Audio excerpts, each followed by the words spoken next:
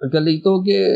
جو معاملات وہ دو نوعیتوں کے، ایک ان کا ہے پرسنل لا، ذاتی زندگی، ان کے اپنے مذہبی زندگی انفرادی زندگی، اس میں وہ آزاد ہوتے ہیں اسلامی ریاست، وہ عشائے ربانی، بپتسمہ، گرجا جانا، اس میں کسی کا اختلاف نہیں ہے، ٹھیک ہے، اس میں وہ آزاد ہیں۔ اسی طرح ہندو مت ہے یا عیسائیت میں شراب حلال ہے، وہ شراب پی سکتے، اسلام کی ریاست نہیں انہیں روکے، وہ کریں اپنی رسمیں، برتھ ڈے یا فلاں ڈے، وہ ساری اپنی رسمیں جو ہیں وہ پوری کرے،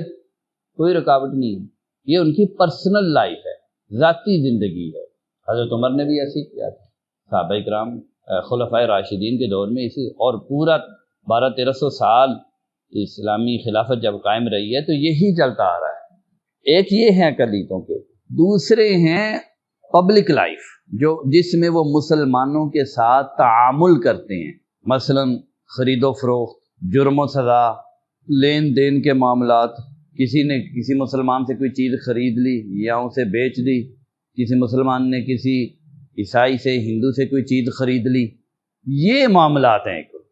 اسی طرح سیاسی معاملات ہیں، قیادت، لیڈرشپ، رہبری کے لیے، یہ والے معاملات، ان معاملات میں اسلام ہرگز اقلیتوں کو اجازت نہیں دیتا۔ اسلامی ریاست کے اندر رہتے ہوئے آپ اسلامی ریاست کے قانون کو فالو نہ کریں، پھر آپ کو کرنا پڑے گا۔ حضرت عمر رضی اللہ تعالیٰ عنہ نے یہ پہلی دفعہ کیا تھا، انہیں کہا تھا کہ آپ شراب پیتے ہیں، ہم نہیں پیتے، آپ کی رسمیں ہم سے الگ ہیں، جب آپ ہمارے ساتھ رہتے ہیں آپ کا کلچر ہمارے لوگوں پہ اثر انداز ہونے کا خدشہ ہے۔ چنانچہ انہیں کہا تھا تمہاری بستیاں الگ ہو جائے، انہیں الگ بستیاں بنوا کے دی تھی اور کہا تھا کہ تم ان میں رہا کرو۔ تو یہ تھا ایک اقلیتوں کے ساتھ زندگی شعور سے، الحکمہ انٹرنیشنل۔